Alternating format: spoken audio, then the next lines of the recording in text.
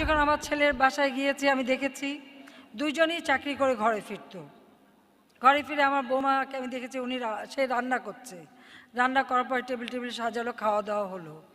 এরপরে আমার ছেলে বলল এর বাকি কাজটা তার, সে নিজেই টেবিল তুলবে, সমস্ত হাঁড়িপাতিল যা কিছু ধোয়া সব কিছু পরিষ্কার পরিচ্ছন্ন করা সব তা করে একসাথে বসে হয় টেলিভিশন দেখবে বা গল্পগুজব করবে, সেইভাবে তারা সময় কাটাবে।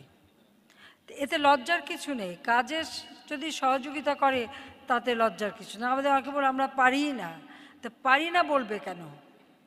পারি না বলার তো কোনো যৌক্তিকতা নাই, না পারলে শিখতে হবে, কারণ দুজন মিলে তো কাজ করছে। এই যে একটা মেয়ে চাকরি করছে সংসারে, সে তো চাকরি করে সংসারে সচ্ছলতা এনে দিচ্ছে, সচ্ছলতা এনে দিচ্ছে। তার কাজে এখানে কাজের যদি দুজনে ভাগ বটরা করা যায় তাহলে সকলের জন্য এবং ছেলে মেয়েদের নিয়ে একটা সময় কাটানো যায় এবং একটা সুন্দর পরিবেশ সৃষ্টি হয়, একে অন্যের প্রতি সহানুভূতিশীল হয়। একটা অদ্ভুত ব্যাপার আমি মাঝে মাঝে শুনি, আচ্ছা আমি তো একজন মা, এখন আমি রান্না করছি শুনলে সবাই যেন অবাক হয়ে যায়। আমি বুঝি এটা অবাক হওয়ার কী আছে? আমার ছেলে মেয়ে আমার রান্না পছন্দ করে, আমি প্রধানমন্ত্রী হই আর যাই হই আমার নিজের ছেলে মেয়েদের জন্য একটু রান্না করব এবং তাদের মুখে একটু খাবার তুলে দেব, এটা তো আমার সব থেকে মানে গৌরবের ব্যাপার।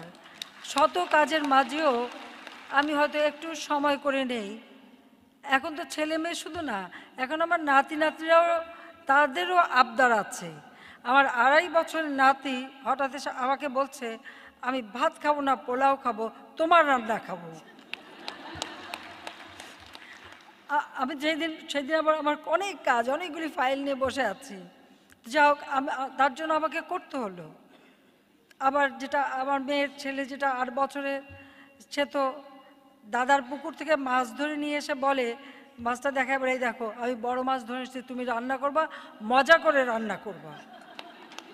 আমার জীবনে আমি এত নার্ভাস কোনোদিন হই নাই যখন সে বলছে মজা করে রান্না করবা, কারণ তার মজাটা কী হবে আমি তো জানি না।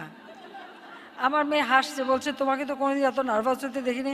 আমি আজকে আমি সত্যি ওর জন্য রান্না করতে যেয়ে একটু নার্ভাস হচ্ছি। রান্না টান্না করে নিয়ে খাবার দিয়ে বললাম ভাইয়া এখন কেমন হলো খাবারটা? বলে খুব বেশি মজা। এই যে আমার স্যাটিসফ্যাকশনটা, তো এখানে অবাক হওয়ার তো কিছু নেই। আমি তো মা, আমার কাজ আমি করব, যেটুকু আমার করার, সংসারের যেটুকু কাজ হয়তো সব করতে পারি না, সময় পাই না, কিন্তু তারপরেও সময় করে নিই।